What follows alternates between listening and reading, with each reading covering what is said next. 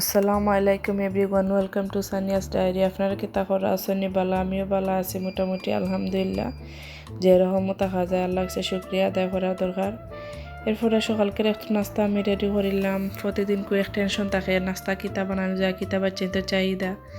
এরপরে মনে হলাম যে আজকে 2টা ফুলা ভরিলাই খুব শর্টভাবে। ওখানকে কুলিয়া দেখে আদা রসুন আমার শর্ট আছে, কারণ ব্লেন্ডার করা নাই। তবুও যাই হোক যতটুকু আছে হয়ে রেডি করতাম পারমু, সমস্যা না হয়ে যাব। এরপরে দোকা রেডি করিলাম আমি দোকা ফুলাপটা।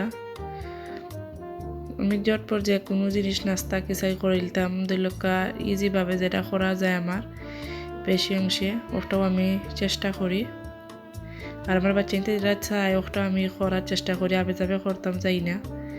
দোকা রেডি হয়ে গেল। এরপরে সাইডে আমি ডিম একটা সিদ্ধ দিলাম। এরপরে দুপুরে রান্নার লাগেও দোকা আমি পটাশের বিচি ট্যাংরা মাছ দিয়ে রেডি করলাম। আর যদি ট্যাংরা রান্নলাম টমেটো দিয়া। এরপরে আজকে একটু রোদ উঠছে করাভাবে দিকার এবার রোজাও আছে। ও রোদের মাঝে দিয়া বেডরুট একটু শুকাইয়া ওখানকে রুমটা একটু পরিষ্কার করলাম ওইটা, কারণ সাদার মাঝে বেশি খাসরা লাগে, এর কারণে আরও বেশি একটা ঝামেলা লাগে আমরা রাখি। যাই হোক, কারণ সাদার মাঝে থাকলেও খাসরা লাগলে দোয়াল যায়। আর একটা বিশেষ কথা হইল গিয়া, আর অসুস্থ থাকলে নানি যারা মা বাপ আছেন তারা অবশ্যই একবার না একবার খোঁজ খবর লইবা, বা মনে একটা সান্ত্বনা থাকে। আর যার মা নাই হে বুঝে, কারণ যখন অসুস্থতা ফললে তখন মার কথা বেশি স্মরণ হয়।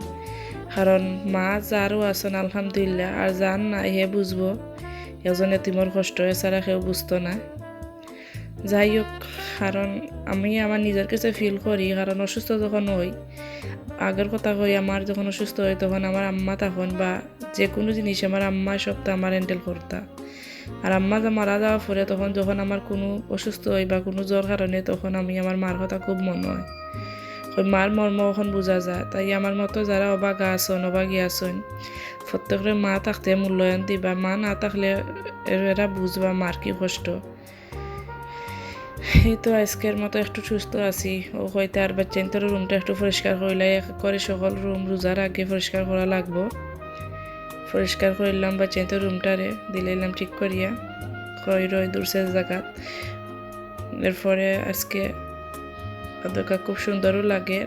রাস্তার রুম আমি পরিষ্কার করাইছি, আর লগে আরেকজন আসলা তাইনো আর আমি করছি।